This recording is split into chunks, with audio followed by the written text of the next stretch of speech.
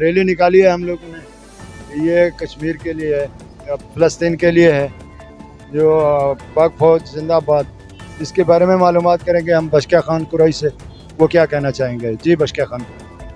جی وعلیکم السلام بھائی جان، ہم لوگ یہ ریلی نکالا ہے آج پاک فوج کے لیے، تاکہ ہم پاک فوج کے ساتھ ہیں، اور جو مودی دھمکیاں دے رہا تھا اس کے ہم خلاف ہیں، ہم اپنی پاک فوج کے ساتھ ہیں۔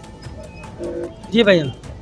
جی تو بھائی یہ میرے دوسرے بھائی ہیں خان صاحب، میں ان سے پوچھنا چاہوں گا کہ آپ پاک فوج کے لیے کیا کہنا چاہیں گے؟ جی ناظرین۔ بھائی جان، آج ہم پاکستان کے فوج کے حمایت میں ہم لوگوں نے آج ریلی نکالی ہے، کیونکہ ہمیں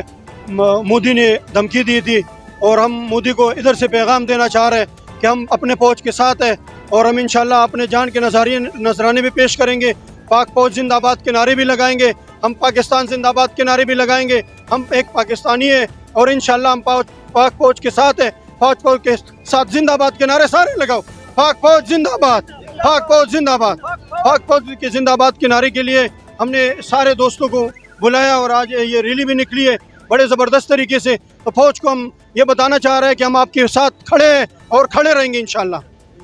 تو جی ناظرین، یہ ہم مودی کو بتانا چاہیں گے کہ مودی صاحب یہ آپ دیکھ لیں، یہ آپ میرے پیچھے بھی دیکھ لیں، کیمرہ مین اگر دکھانا چاہے تو یہ سامنے دیکھ لیں، یہ ریلی نکلی ہے قریش برادری کی، غلام مصطفیٰ قریش،